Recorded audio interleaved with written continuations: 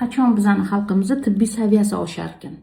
Nimaga shifokor sizga buyurilgan dorini qilmasdan qo'shningiz yoki internetda kimdir yoki sotuvchilar gapirgan gapni qilasizlar? Shifokor sizga maslahat berishi uchun 10 yil o'qib, kandidatskiy rabotalarni qilib, har haftada bir marta bo'lsa ham konferensiyaga borib, kerak bo'lsa chet elda o'qib kelgan. Lekin siz Hindistondagi doktorlar ruxsat bermayapti. Mana bu diyetani qilish kerak undan ko'ra. Mana bu diabet choyini ichish kerak sahri tekshirgandan ko'ra degan narsalarga ishonasizlar. Nimaga saviya yo'q? Nimaga ajratishni bilmayapsizlar? O'qigan professor, olim sizga hech qachon chiqib olib, "Men bu davlatda men ruxsat berildi, bunaqa qil." Vaqti yo'q u odamni. O'zi bilan o'qish bilan ovora. Ketidan shogird tayyorlash bilan ovora. Lekin Hindistonga odam tashib, jigarni operatsiya qildirayotgan, oshqozonni operatsiya qildirayotgan, oyog'ini protez qildirtirayotgan, har xil transplantatsiya pochkadan qildirtirayotgan odamni kerilib, sizlarga bu ukol zarar deb chiqishiga hammangiz chapichalib o'tiribsizlar. U odam diplomi bormi? Nimaga ajratishni bilmayapsizlar shu paytgacha? Nimaga o'qimagan kosmetolog keling, men sizga ozdiradigan ukol qilaman desa yugurib borasizlar-da? Endokrinolog, sahringiz oshib ketibdi. Keling, mana shu insulinni qiling, yoki keling haftada bir marta ishtahangizni bo'g'ish uchun bu ukolni qiling. Mana shu dorilar o'rganilgan desa, yo'q sizlar qilmaysizlar.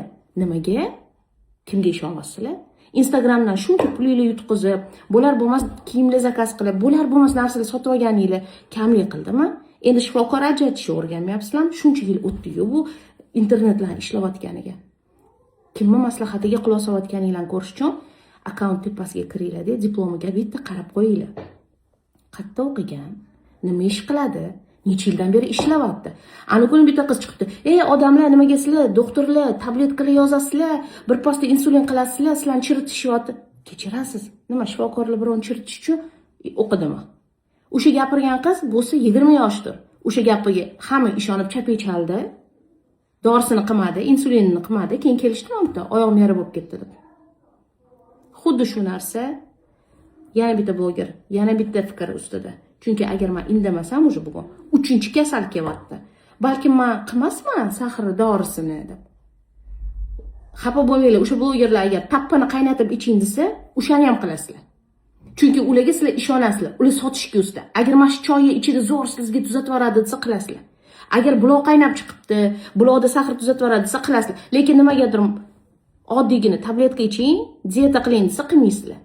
Sahal tibbiy saviya ustida ishlash kerak. Sahalgina odamlar sog'lig'ini reklamalardan ustun qo'yishi bilib, shifokorlarga ishonishni boshlash kerak.